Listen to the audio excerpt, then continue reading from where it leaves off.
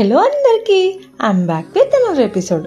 ఎప్పుడు రొటీన్గా చేసుకునే సాంబార్ రైస్ కాకుండా హై ఫైబర్ కంటెంట్ ఉన్నటువంటి సద్దలతో చేసుకునే sambar rice with in half an అవర్లో ఈ రెసిపీ కంప్లీట్ చేసేసుకోవచ్చు. మరి ఎలా చేయాలో చూసేద్దామా. పల్స్ మోడ్లో రాత్రంతా నానబెట్టినటువంటి సద్దలను రవ్వగా బ్లెండ్ చేసుకోవాలి. ముందుగా నానబెట్టిన కందిపప్పును వేసుకుని 1:4 రేషియోలో ఆయిల్ పోసుకొని మెత్తగా కుక్ చేసుకోవాలి. ఒక ప్యాన్లో ఆయిల్ వేసుకుని ఆవాలు, జీలకర్ర, ఎండుమిర్చి, ఇంగువ, కరివేపాకు వేసుకుని పోపు వేగిన తర్వాత చిన్న ఉల్లిపాయలు, బంగాళదుంప, క్యారెట్, గుమ్మడి ముక్కలు, అలానే దొండకాయ, కాలీఫ్లవర్, గోరుచిక్కుడు, కొన్ని అనపగింజలు, మునక్కాడ కూడా వేసుకుని లో ఫ్లేమ్లో 5 మినిట్స్ వరకు వేగనివ్వాలి.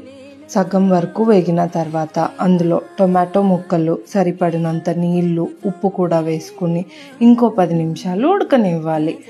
చింతపండు రసం, అలానే 2 స్పూన్లు సాంబార్ పౌడర్ కూడా వేసుకుని ముందుగా ఉడికించుకున్న సద్దరవ్వను కూడా వేసుకుని బాగా మిక్స్ చేసుకోవాలి. చివరిగా ఫ్లేవర్స్ బ్యాలెన్స్ అవ్వడానికి 1 స్పూన్ బెల్లం వేసేసుకొని ఇంకో 5 నిమిషాల పాటు ఉడికించుకొని చివరిగా కొత్తిమీర స్ప్రింకిల్ చేసేసుకుంటే వేడి వేడి millet sambar rice ready.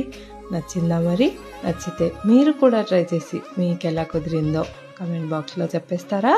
Bye bye. See you in the next episode.